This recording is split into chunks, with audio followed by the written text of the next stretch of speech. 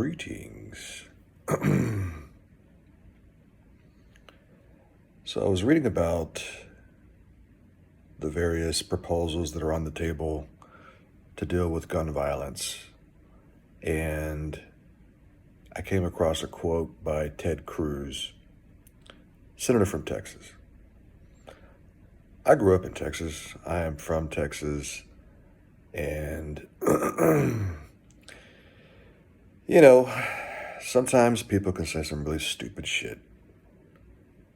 Um, but Ted Cruz calling any discussion, any proposals for gun control legislation ridiculous theater. What do you say to that, man? Like, what do you say? Um, Look, Ted Cruz is reviled by pretty much everyone, right? Right, left, center, it doesn't matter. Everyone knows he's an opportunistic scumbag, and he doesn't give a shit about anything other than power. But unfortunately, it's not just Ted Cruz that has this fatalistic, this morbid attitude of, well, what are you going to do? Second Amendment can't do anything, right? You know, there's a organization that keeps track of gun violence, and 2020 was a record year, the most gun violence in at least 2 decades, according to the figures. What does that translate to? We're talking 20,000 people. If you discount, set aside the people that commit suicide, 20,000 people lost their lives to gun violence last year in America. You add in suicides, and you're looking at, I think the number is 45,000. That's incredible, right? And of course, there are going to be people who say, well, what about the number of people who die in car accidents? Okay, so let's have that discussion, right? Um, you know, Look, with something like cars, number one, if you want to treat owning a gun like owning a car, okay, let's have that discussion, right? Because in order to have a car, you need a fucking license, you need to have insurance, right? You've got to there's an age requirement, right? What is it, 16, 18, something like that? I guess it depends on whether you have driver's ed or not. But, there are strict requirements to operating a motor vehicle. Now, a motor vehicle is not intended to kill people, right? And there's a level of risk involved that we've come to accept, and we do things to try to make them safer, like adding seatbelts, for example, airbags, right? But nevertheless, there's a certain level of risk that, we've come to accept as a society. Why? Because we need transportation. We need to get around, right? And so that's different than guns, because guns are intended to kill things, right? And some of the proposals on deck, let's talk about that a little bit. One of the proposals on deck is red flag laws. What does that mean? Well, red flag laws are basically, if you've got someone that's displaying, erratic, hostile, threatening behavior, either to themselves or other people, then you can get some sort of court order confiscating guns if they have them, or preventing them from acquiring them if they don't. Seems like a pretty sensible thing to me, right? Why would you want people that at least appear mentally unstable to have access to a gun? Like, I, what's the justification behind that? And the implementation of it, look, you could, each state could figure out their own implementation of it, figure out a fair way, because of course you've got to account for the rights of the accused, right? I mean, it's not a criminal matter, but I'm saying the accused as in the person that's being targeted for their behavior, right? Can this be abused? Sure, right? And so you build in safeguards to account for that, whatever they may be, right? But I mean, what's the argument? In a principle, on principle, what is the argument against that? That mentally unstable people, I mean, let's just, for the sake of argument, let's say that you've got safeguards built in, and these kinds of laws predominantly, let's say 99% of the time, only affect people that are truly mentally unstable, that could potentially harm themselves or others. Why the fuck do you want them to have guns? Why is it so important for those people to have guns? The slippery slope? Really?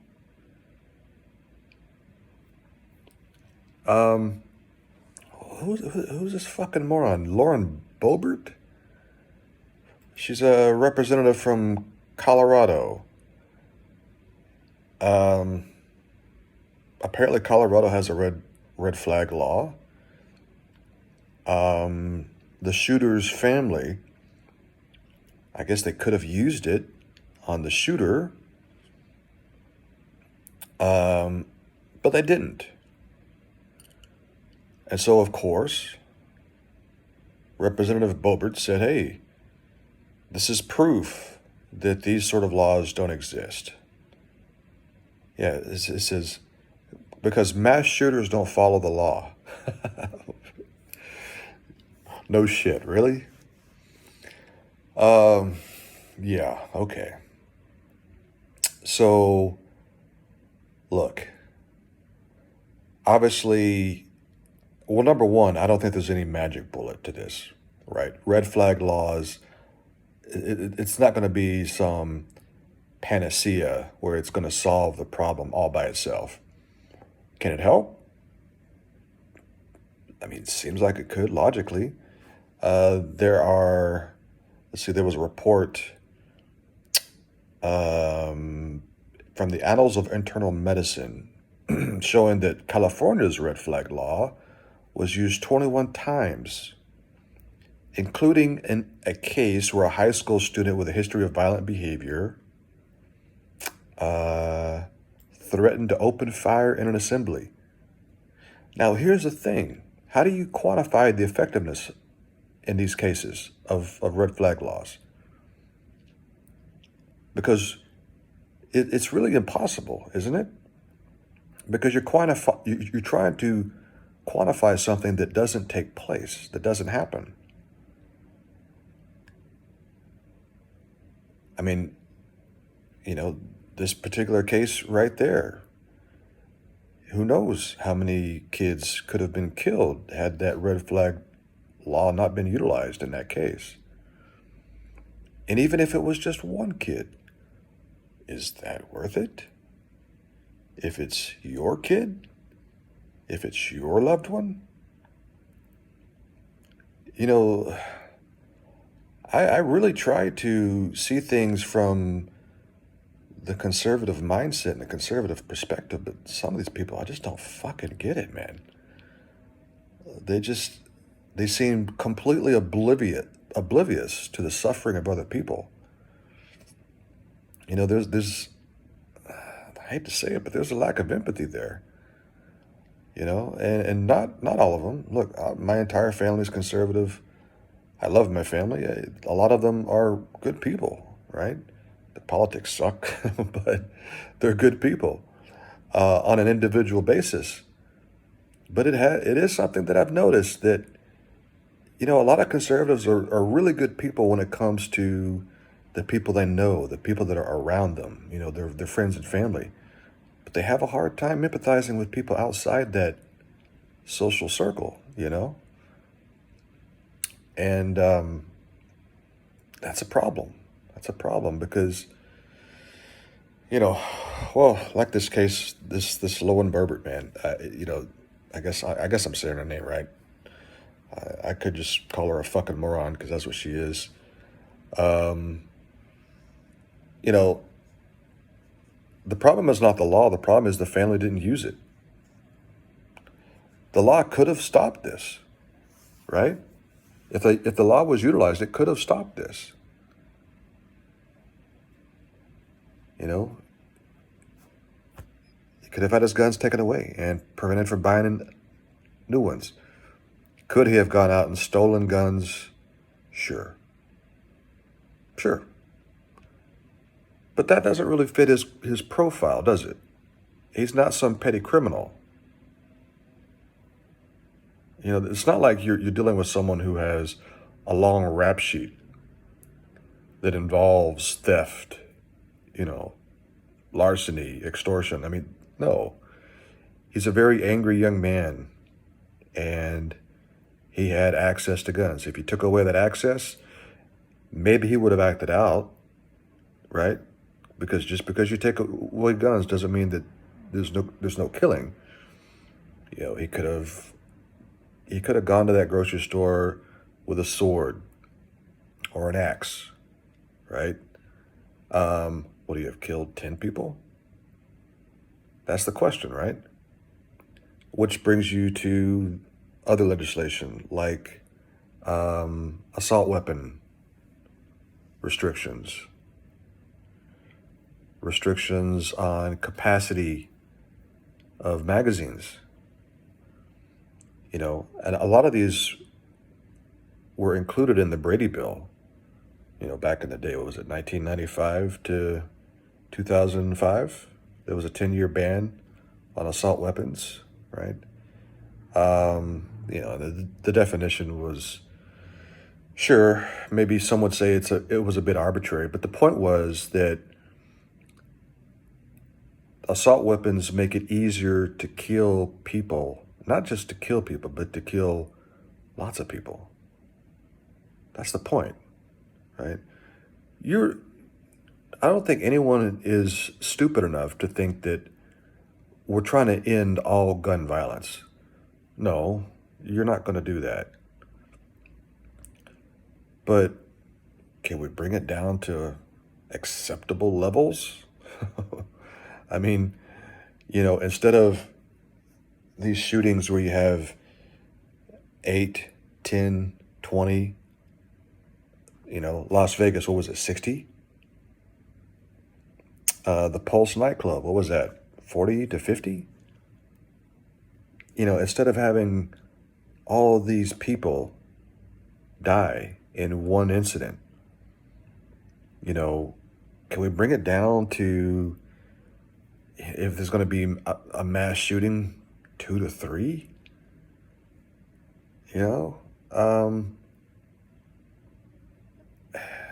I don't think it's asking for too much to try. And I'm not against guns. You know, when I go back to visit Texas and see family, I go with my cousin and we shoot. It's fun. You know, it's enjoyable. You know, I don't, there's nothing wrong with owning guns, but do you need a semi-automatic rifle? Do you need a 30-round capacity magazine? Do you need a collapsible stock? I don't see the hunting purposes in those things.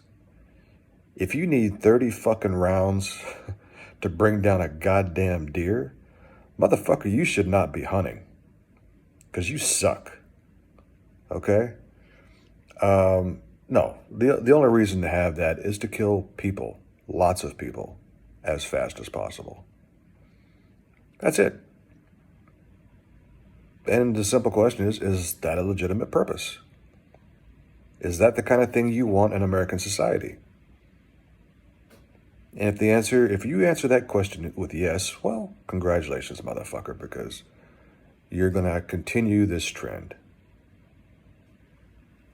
And next time, maybe it'll be someone that you care about that dies in one of these shootings. Okay? Something to think about.